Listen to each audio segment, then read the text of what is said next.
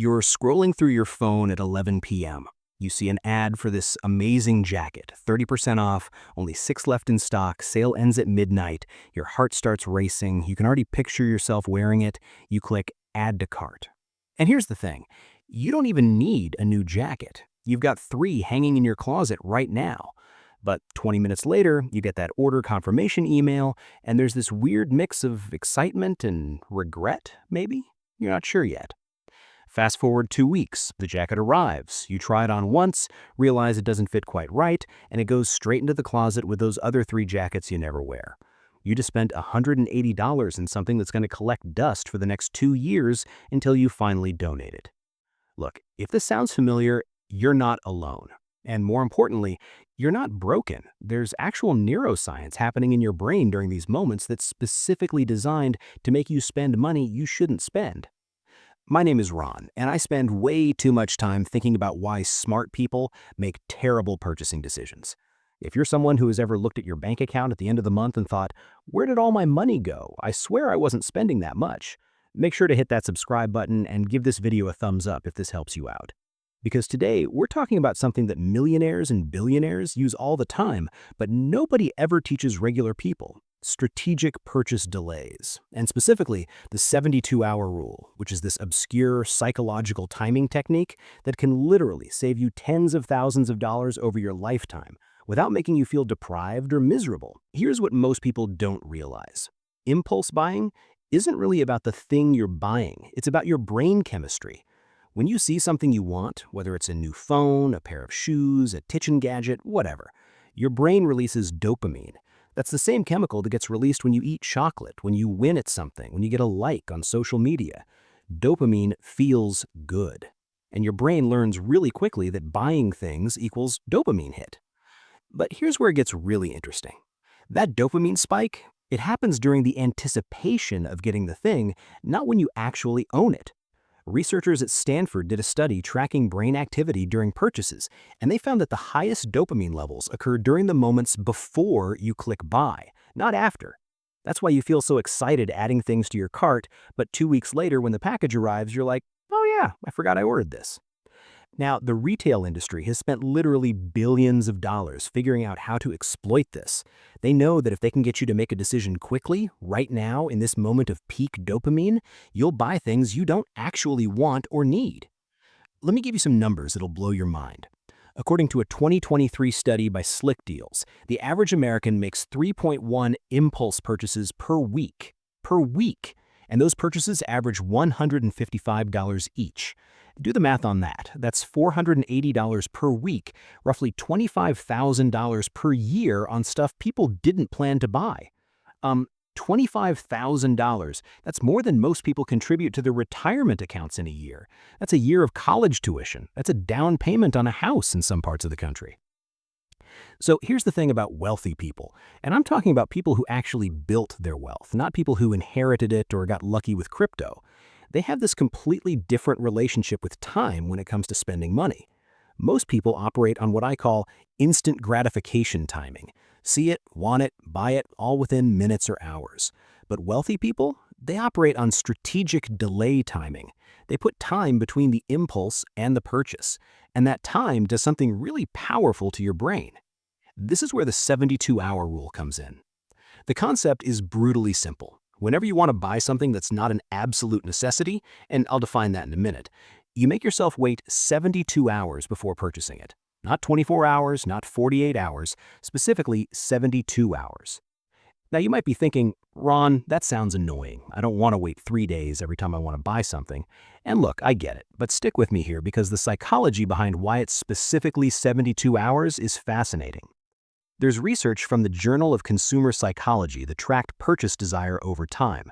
And what they found is that desire to buy something follows a specific curve. When you first see something you want, desire is like a 9 or 10 out of 10. After 24 hours, it drops to maybe a 7. After 48 hours, it's down to a 5 or 6. But here's the critical part. After 72 hours, desire drops below 50% of the original level for about 75% of purchases. 3/4 of the things you wanted to buy after just 3 days, you don't even want anymore. Your brain has moved on, the dopamine has worn off, you're thinking clearly again.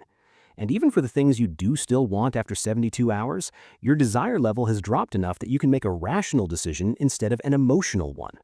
Think about how powerful that is. You're not saying no to yourself. You're not depriving yourself of anything. You're just saying, not right now. You're creating space between stimulus and response.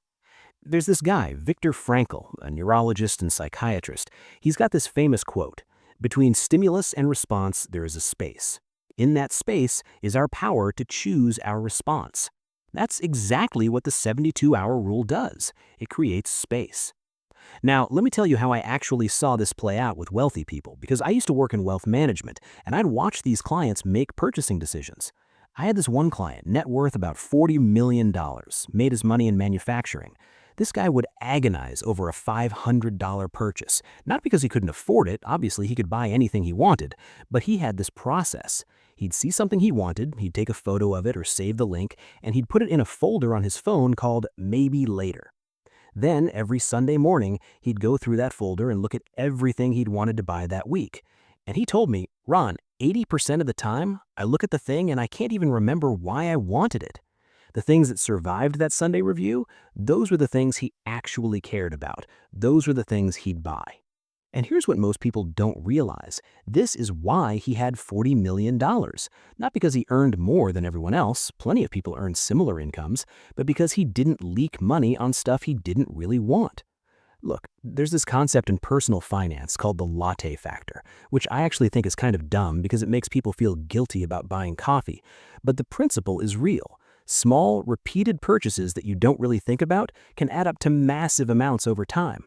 But it's not just lattes, it's the subscription you signed up for and forgot about, the shoes you wore twice, the kitchen gadget that's in a cabinet somewhere, the course you bought and never finished, the gym membership you don't use. These aren't character flaws. These are the result of making decisions during dopamine spikes instead of during rational evaluation. Okay, so how do you actually implement this? Because wait 72 hours sounds simple, but in practice, if you don't have a system, you're going to fail at it. Here's my exact process, and this is what I recommend to people. Step 1, define your threshold. First, you need to decide what counts as a purchase that requires the 72-hour rule. For most people, I recommend anything over $50 that's not an essential necessity. And by necessity, I mean, do you need it within the next 48 hours to maintain your health, your job, or your basic living situation? If no, it goes through the rule. Some people set it at $100, some people set it at $25. It depends on your income and your goals, but you need a specific number because your brain is really good at convincing you that everything is a special case if you don't have clear criteria. Step 2, create a wait list. This is critical. You need a physical or digital place where you log everything you want to buy. I use a notes app on my phone. Some people use a spreadsheet. Some people use a physical notebook. When you see something you want, you write it down. Include the item, the price, where you saw it, and the date. That date is crucial because you need to know when your 72 hours are up. Step 4, set a calendar reminder. Don't just trust yourself to remember. Set a reminder for exactly 72 hours later that says, "Review purchase, item name." Your future self will thank you. Step 5, the review process. When that reminder goes off 72 hours later, you ask yourself 5 questions. Do I still want this as much as I did 3 days ago? Can I afford this without using credit or dipping into savings? Do I have something similar that could work instead? Will I use this at least once a week for the next year? On a scale of 1 to 10, how much will I regret not buying this? If you get yes answers and high scores, buy it. If not, delete it from the list. Let me show you what this actually looks like with real numbers, because this is where it gets crazy. Let's say you're making $60,000 a year. That's roughly the median household income in the US. And let's say you're currently making those 3.1 impulse purchases per week at an average of $155 each, which, remember, is the national average according to that Slick Deal study. That's about $25,000 per year in impulse purchases. Now, let's say you implement the 72-hour rule and it's only 70% effective, meaning 70% of your impulse purchases get stopped. That's $17,500 you're no longer spending.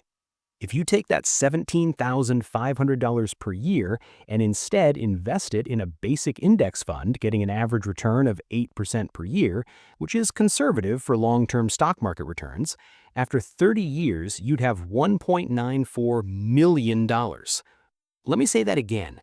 Just by waiting 3 days before buying things, you could retire with almost $2 million. But it's actually better than that, because that calculation assumes you're starting from zero. If you've already got some savings or retirement accounts, this additional money compounds on top of that. Now, you might be thinking, Ron, those numbers sound too good to be true. There's no way I'm spending $25,000 a year on impulse purchases. Okay, fair. Let's say you're more disciplined than average. Let's say you're only spending half that, $12,500 per year on impulse stuff. And let's say the 72-hour rule only stops 50% of those purchases. That's $6,250 per year. Invested over 30 years at 8%, that's still $705,000. $700,000 just from waiting 3 days. But here's the thing, and this is what I think is actually more important than the money. The 72-hour rule does something to your psychology that's deeper than just preventing bad purchases. It trains your brain to separate wanting from needing, and that separation is the foundation of financial freedom. Look, our culture is built around convincing you that wanting and needing are the same thing. Every advertisement, every influencer, every deal email is trying to collapse that distinction. They want you to see something and immediately believe you need it right now. But wealthy people understand that wanting something is just a feeling. It's information about your current emotional state, not a command you have to obey. When you practice the 72-hour rule consistently, you start to notice patterns in your own behavior. You start to see that you want to buy stuff when you're bored or stressed or lonely or comparing yourself to other people. And once you see those patterns, you can address the actual problem instead of medicating it with purchases. I had someone tell me once, I don't have a spending problem, I have a feeling problem that I solve by spending. And that's it. That's exactly it. The 72-hour rule gives you the space to feel your feelings without making them expensive. Now, I know what some of you are thinking. Let me address the common objections. But what if there's a sale and the price goes up? Here's the reality. There's always another sale. Always. If you miss this sale, there'll be another sale next month or next season or on Black Friday or whenever. And even if the price does go up, you need to ask yourself, is saving 20% on something I don't really need a good deal, or is it 100% waste of money? Let me put it this way. 20% off of unnecessary is still unnecessary. What about limited availability items? In my experience, about 95% of limited availability is artificial scarcity designed to create urgency. But okay, let's say it's genuinely limited. Then you need to ask yourself, if I can't get this specific item, is my life actually worse? Usually the answer is no. This sounds exhausting. I don't want to track every single purchase. You're not tracking every purchase. You're tracking purchases over your threshold. You're still buying groceries, gas, normal life stuff without the process. This is only for discretionary purchases above whatever dollar amount you set. And yeah, it takes some effort at first, but so does going to the gym. And you wouldn't say, I don't want to track my workouts because it's exhausting. You do it because the results are worth it. What if I forget about something I actually wanted? Then it wasn't that important. Seriously, if you forget about it, that's information. That tells you it wasn't a genuine priority. Now look, I'm not saying you should never make a quick purchase. There are legitimate exceptions to the 72-hour rule. Exception 1. True emergencies.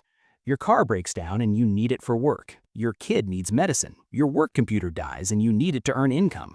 These are real, immediate needs. Buy the thing. Exception 2. Once-in-a-lifetime opportunities. If you're traveling internationally and you find something genuinely unique that you cannot get anywhere else, and you've thought about it for at least a few hours, okay. But be honest with yourself. Is it really once in a lifetime, or are you just telling yourself that to justify the purchase? Exception 3. Planned purchases. If you've been researching something for weeks or months, you know exactly what you want, you've budgeted for it, you're just waiting for a good price, and then you see it on sale, you don't need to wait another 72 hours. You already did the wait. Buy it. But notice something about these exceptions. They're rare. For most people, true exceptions should be happening maybe 2 to 3 times per year. If you're making exceptions every week, you're not following the system, you're gaming it. Here's what happens when you stick with this for 6 months or a year. First, you stop feeling deprived because you're not saying no to yourself permanently, you're just saying not yet. And most of the time, not yet becomes not at all without any effort on your part. Second, you start valuing things more. The things you do buy after waiting 72 hours, you actually use them, you actually appreciate them, because you've proven to yourself that you genuinely want them. And third, and this is the big one, you develop financial confidence. You prove to yourself that you can control your money instead of your money controlling you, and that confidence bleeds into other areas of your financial life. I've seen people start with the 72-hour rule, and 6 months later, they're negotiating their salary, refinancing their mortgage, actually understanding their 401k. Because once you realize you have power in one area of money, you start believing you have power in other areas too. But here's the thing nobody talks about. The real secret of the 72-hour rule isn't that it stops you from buying stuff. The real secret is that it forces you to ask yourself what you actually want.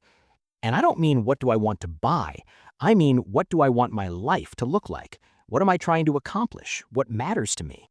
Because every dollar you spend is a choice about what you value. When you buy that jacket you don't need, you're not just spending $180. You're choosing that jacket over $180 towards your student loans, or towards a vacation fund, or towards retirement, or towards starting a business. You're choosing the momentary dopamine hit over your long-term goals.